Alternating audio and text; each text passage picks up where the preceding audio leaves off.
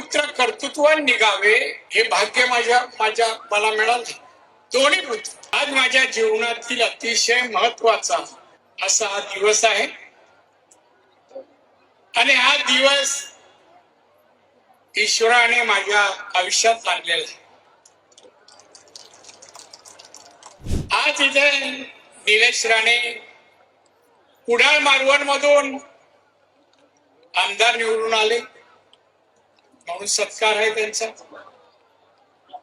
नितेश राणे देवगड, कणकवली, वैभववाडी, त्यानंतर महाराष्ट्राच्या मंत्रिमंडळात मंत्री आहेत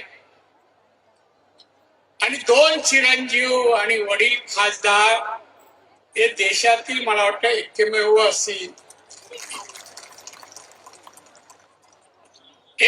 असे वस्तुस्थिती असेल.